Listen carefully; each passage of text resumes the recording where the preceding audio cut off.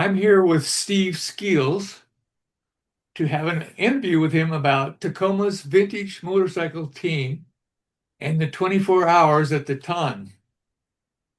This isn't just about speed, it's about Tacoma people, mechanical obsession, friendship, and trying something that most folks would never attempt. Then realizing what it teaches you about endurance, limits, and legacy. So, Steve, how did this idea take shape in the first place? It came out of a group organized by a fellow named Steve Reddy, where he had put together a team before this one to tackle a land speed record for a very small motorcycle, 100 cc's. And that same group got talking about the 24-hour at a ton, they call it, 24 hours at a speed over 100 miles an hour, that the company Velocette sent back in 1929. And it was coming up on their 50-year anniversary of setting that record. So they got the bright idea that, hey, we can do that too. Of course, they can't use a Velocette motorcycle because there are very few of those still around. And the original record was set by a motorcycle that was prepared by the then still functioning Velocette company. And it was a modified motorcycle. Stock. It was advertised as being stock, but it was actually a factory modified motorcycle for this record attempt. And no one knows how it was modified. So, why Tacoma, Steve? Why this group of people? Mostly because they lived here. For people who don't know the history, why is the Velocette record so important? In 1929, when it was set, to get a vehicle of any type to go 24 hours at a speed over 100 miles an hour was not an easy task. I was And I was reading something about the track. It was a wood track. Is that what no, it was not a wood track. It was pavement, pavement? Okay. but it had a fairly steeply banked corners. It was an oval, and that allowed one to, no matter what vehicle you were using, it allowed you to keep the speed up without falling over with a motorcycle, considering you were at an on a steep angle and up high on this banking. I think it was around 30 degrees, which is very steep. I've actually been on a track that had a 33-degree banking, and it was difficult to walk up that banking. So, who were the personalities that made this possible? It was a fairly large group, although the key people were, of course, Steve Reddy, because he was the money guy, and it was not a cheap endeavor. But we had a couple of very good engine mechanics involved. And then we had a small group of riders who had experience with racing vintage motorcycles, primarily Nortons, but also others. And the speed was not huge. Like modern day motorcycles can go very, very fast, but we're talking at speeds around 100 to maybe 110 to do for a 24-hour event. And these people had that kind of experience, not necessarily with uh, duration racing, but in short sprint racing. But they could do the thing. And we had a number of riders willing to try it so that you could do shifts. you'd have to bring the motorcycle in to change riders and fuel, but that's how the original record was set also. There were a number of riders set up to do this. What surprised you the most about these people? I don't think I was surprised so much as impressed. And the fact that the mechanics had the due diligence to figure out what they needed and then pursue it. In other words, putting together an engine that was designed to go 100 miles an hour for 24 hours, the engine had to be prepared differently than an engine that was designed to travel in a short duration sprint. And these people had that knowledge and the courage and the dedication to make it happen. The riders, well, you just had to, we had to have more riders than what they originally had. I think they only had, for the original record, 2 or 3 riders. And we had 2 sort of key riders, the core maybe is a better way to put it, who you had to rely on, but we also had other riders who could give them a break. In other words, they could go for a short duration and give the primary rider a chance to rest and get ready for the next shift. And those were impressive feats. Let's talk bikes. What made these machines special or challenging? I'll talk about the challenging part first because we didn't want to pursue this attempt with modern day motorcycles because with today's metallurgy and designs, it would be easy to put together a machine that could tackle this record, but we wanted to tackle it with something that was a challenge and yet wasn't rare and therefore expensive, where we had access to more than one engine. So we had backup engines. And we even put together 2 separate bikes with their own separate group of backup engines so that we could give ourselves the best chance of accomplishing this. And so that was a challenge. And the motorcycle that was selected was a 70s vintage Yamaha 500cc single. And let's see, that was, let me think of what that was. I can't think of what that was. Yamaha, anyway, I'll think of it later. That was the challenge. What was the other thing? What was the challenge? And Biggest mechanical challenge. What was that?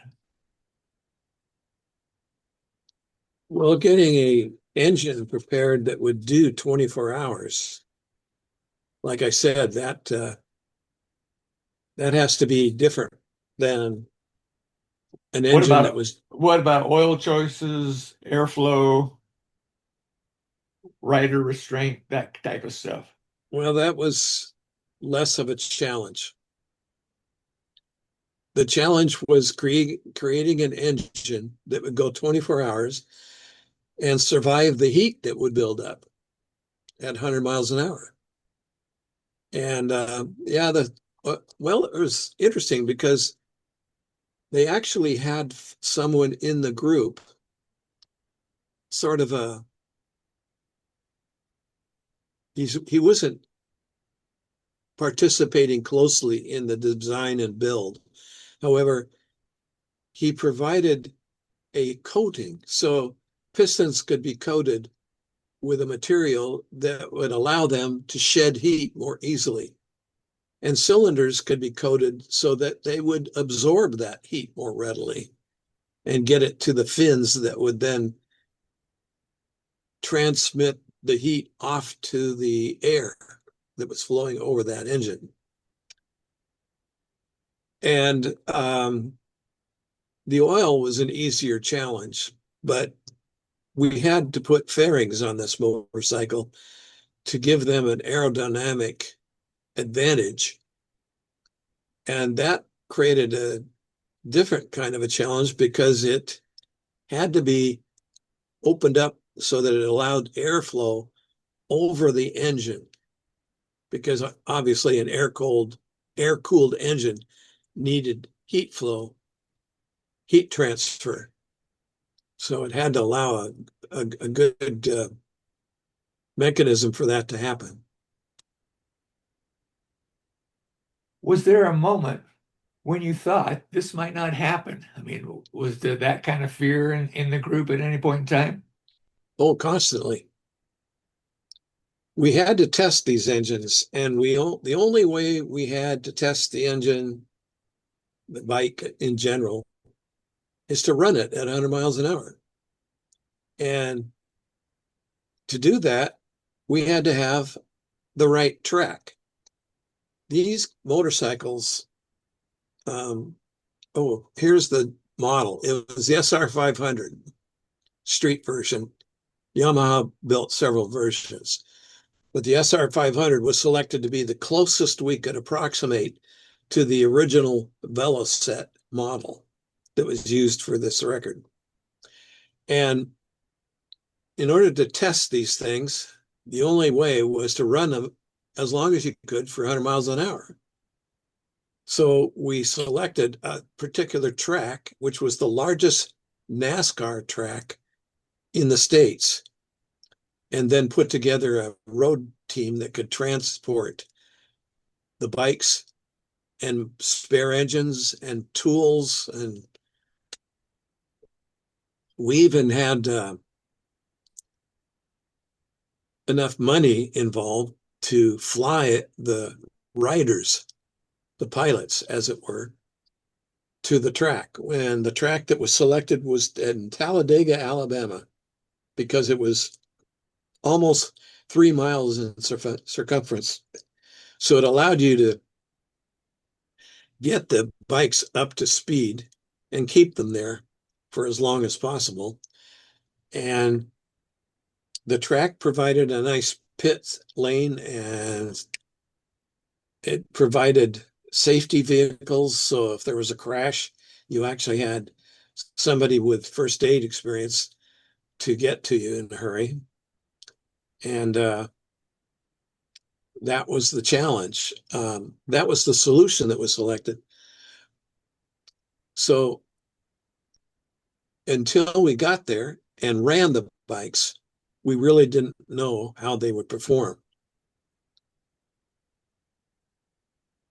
What did the 24-hour format teach you that the shorter events never could?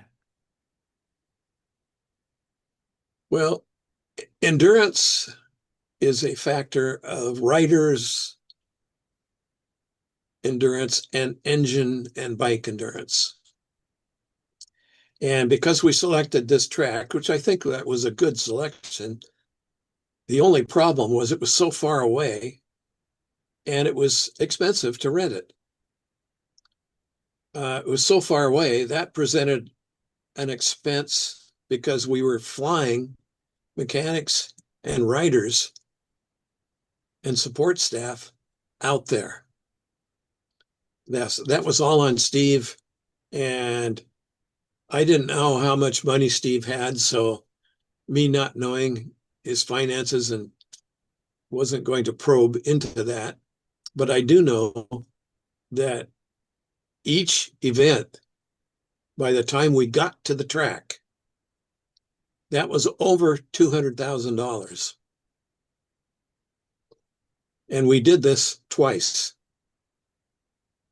We did the same thing down at a Nevada track by Las Vegas, but it wasn't as satisfying because the track was nowhere near as long as the one in Talladega. I don't remember how long the Nevada one was. So there were 3 separate events where Steve flew all these people I transported in my trailer and truck the motorcycles and the tools and the riding gear for the pilots and so forth, but I didn't care. I liked it. He paid for gas and oil and that stuff for my trips, but that was always a worry, is how many times did we need to do this before we actually tackled the record? And it didn't pan out because for several reasons. Do you want me to go into that now? Yeah, let's hear the full story. Well, it didn't work because the two trips to Talladega resulted in riders that could ride the distance, but engines that could get nowhere near the duration. They seized. So when we took these trips, we went with the motorcycles, which were prepared very well. There was not much to that. You just had to have a rolling rig that could go 24 hours, and the bearings and the lubrications and stuff for the chassis were just fine. But the engines were prepared. We learned later that the guy who did the engine work did not follow the instructions. He was told to do them with clearances. And by that, I mean, it's the space that was allowed between the cylinder walls and the pistons of so many thousandths. I don't remember what it was, 10 thousandths maybe. And that was a fairly large gap in order to allow the pistons to travel in the cylinders without creating as much friction as when they were prepared for a sprint race, much lower duration. And this guy was used to preparing engines for sprint races. And instead of following the instructions, he used clearances that were suitable for a sprint version of that engine. As a consequence, all the engines seized because they had too much heat going on. They couldn't dissipate the heat, and so they all seized.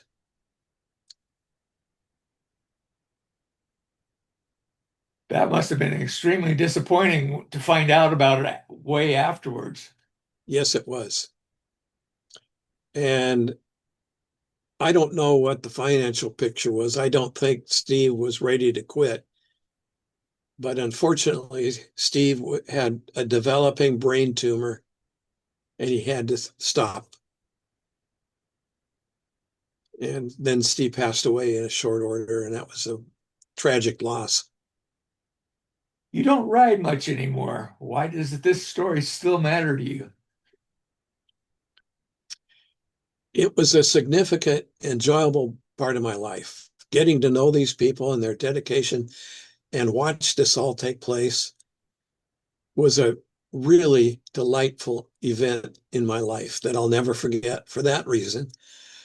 Plus, my vehicle was perfect at the time, so I was transporting using a 1-ton Dodge diesel pickup and a toy hauler with a big capacity for everything.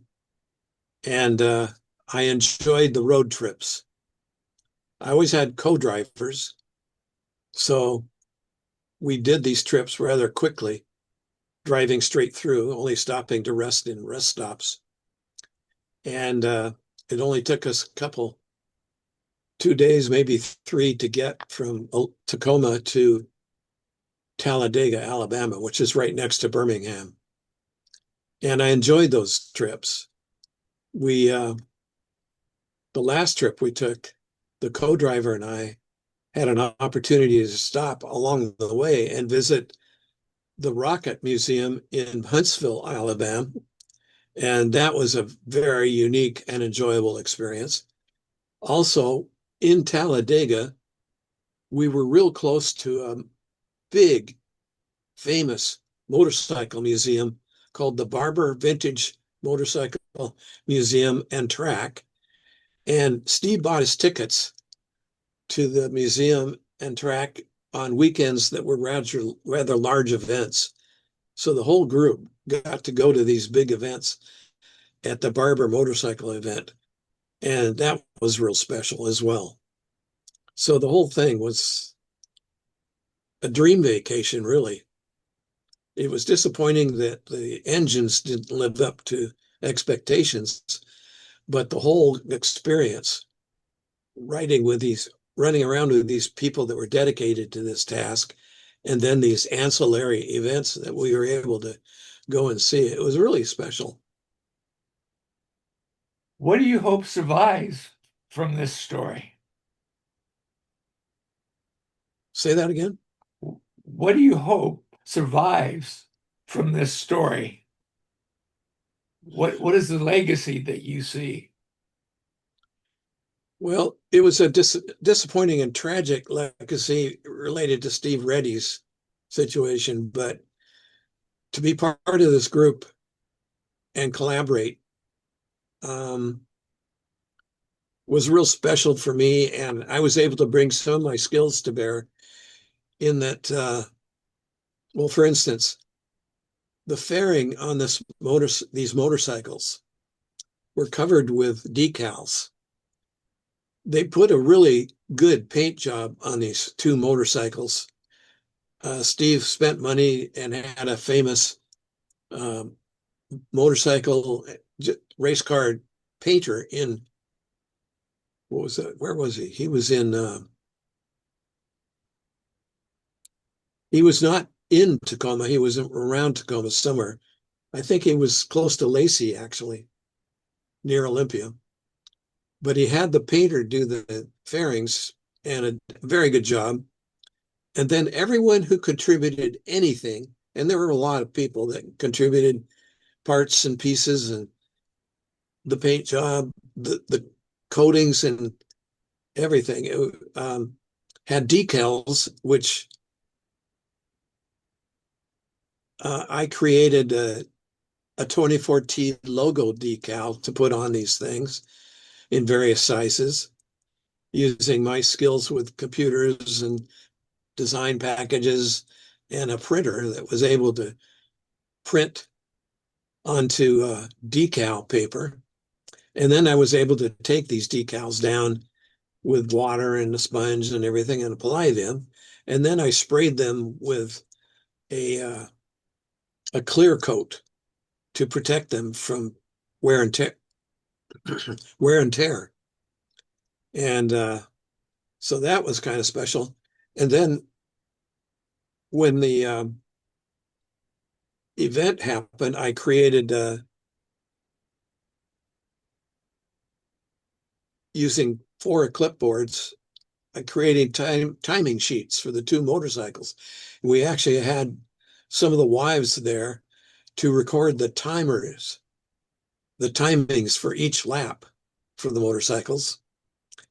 And we actually had a timer package on it that had to be set up right. I wasn't responsible for that part, but I had the wireless readouts for each lap from that timing package that the wives can use to record onto these sheets for each lap. But I also had to have a manual timer system with stopwatches so that we had backups for that electronic timing system. And I was the person that had to create that sort of by default, because I just was looked to for any technology stuff. I had became acquired and was responsible for walkie-talkies and a clock that people could look at and just miscellaneous stuff on the event. So, but at the end of it, when it was all over, I had cameras that videotaped particular things, including planning meetings where we had everybody in my house around my table planning the whole thing with Steve and his cohorts. And I put together, I think with your help, I'm not sure, a video at the end that was a collage of the entire thing, including videos of the bikes on the tracks, videos of planning sessions, and incorporating all this stuff even into a photograph at the end that was just a collage on oversized paper that we could frame and distribute along with pictures of the motorcycles that I had done in a massively cool and professional way, if I do say so myself. Inside, one of the mechanics had was leasing a hangar at the Gig Harbor Airport, and I was actually able to wet the flooring and put in fancy lighting to get the perfect picture of the motorcycles, and then create a whole bunch of copies that we could again give out to all the participants after the end. And then for Steve Reddy's memorial service, we were able to present this video that was a tribute to the whole team's efforts. So those created lasting impressions. I don't know how great, but I certainly appreciate what I've ended up with out of that. What does this say about Tacoma that outsiders might miss? Well, Tacoma has a chapter of it's sort of an unrecognized chapter of the vintage motorcycle